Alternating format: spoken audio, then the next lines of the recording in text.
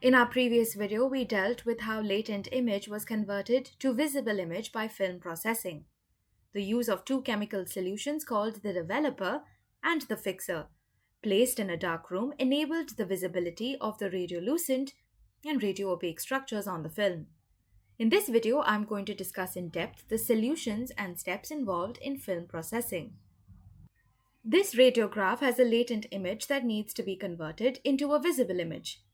To do this, it has to undergo a procedure called film processing, which is done in a dark room where the processing solutions are stored.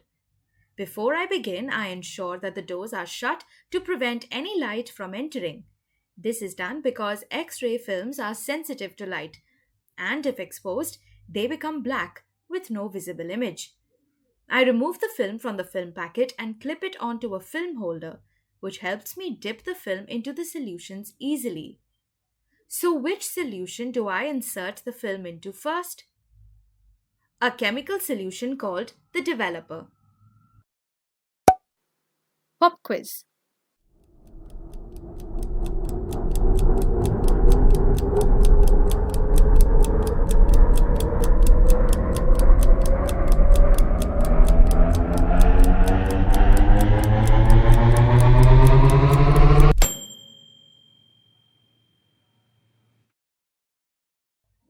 I keep the film in the developer for a specific amount of time.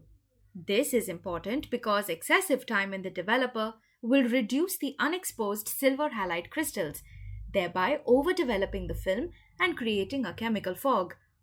The overall film appears darker with less contrast. The developer in this case is maintained at 68 degrees Fahrenheit, but one can follow the instructions recommended by the manufacturer. If the developer is cold, its action will be slowed down, and the time required for the full development is unduly long. If too warm, the image develops quickly, and if not careful, it could lead to fogging of the film. So how does the developer act on the film? The developer is made of various components that have different functions. These are reducing agent, activator, preservative, restrainer. Let us discuss them in depth, beginning with reducing agents. The two reducing agents used here are metolphenidone and hydroquinone. As explained in our previous video of the latent image and visible image formation, metolphenidone provides an electron to convert silver ions to metallic silver at the latent image site. But this electron transfer converts it into an oxidized form of no further use. To prevent this, another reducing agent, hydroquinone, is used to provide an electron that reduces the oxidized phenidone back to its original state. This is done so that silver halide grains continue to get reduced to metallic silver. The next chemical component is the activator, which is sodium hydroxide or potassium hydroxide.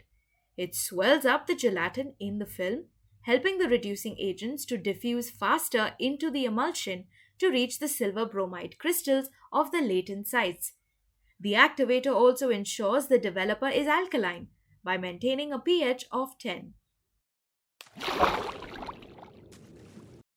A low degree of alkalinity slows down the process of development, but excessive alkaline pH causes rapid reduction of even the unexposed silver bromide crystals, resulting in an overall darkening of the image called chemical fog.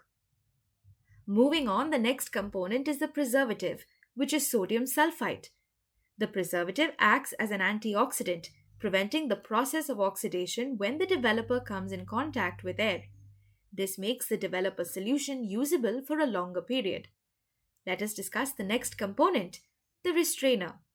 By now, you know that the developer converts the silver ions of all the exposed silver halide crystals to metallic silver. But have you wondered what happens to the unexposed silver halide crystals? Restrainers, such as potassium bromide or benzotriazole, prevent the development of these unexposed crystals, prevent excessive fogging, and increase the contrast of the film. Now let us proceed with the next steps of film processing. After removing the film from the developer solution, I rinse it in water for 30 seconds with gentle agitation. Why? Because now that the emulsion is saturated with the developer, rinsing it will stop any further interaction between the film and the developer. Next, I place it in the fixer. Pop quiz.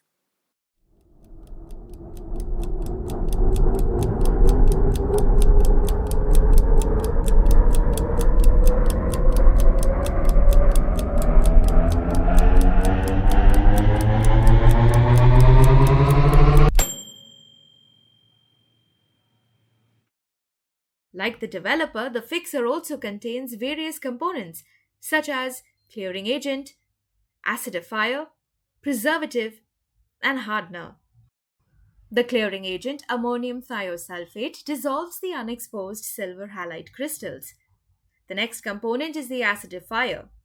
Here, acetic acid maintains an acidic pH of the fixer of approximately 4 to 4.5. It also promotes good diffusion of the clearing agent into the emulsion and the expulsion of the silver thiosulfate complexes. Another property of the acidifier is to inactivate any residual developing agents. Then we have the preservative, ammonium thiosulfide, which prevents oxidation of the clearing agent ammonium thiosulfate. Finally, the hardener is aluminium sulfate, which forms a complex with the gelatin and prevents damage to the film overcoat during subsequent handling.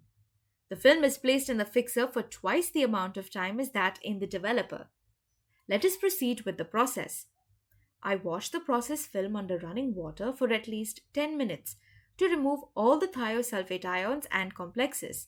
Not doing this will stain the radio opaque areas of my image.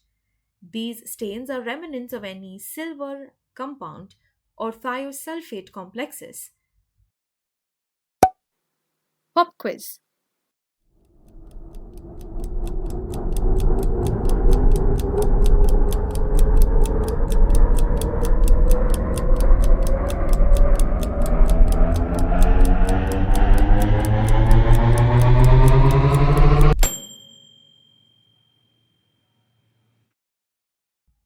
The final step of the film processing is to dry the film using an electric fan or placing it on a drying rack, depending on the availability of time.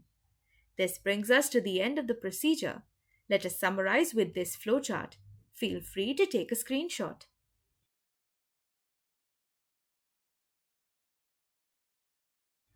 We hope you had fun learning with us.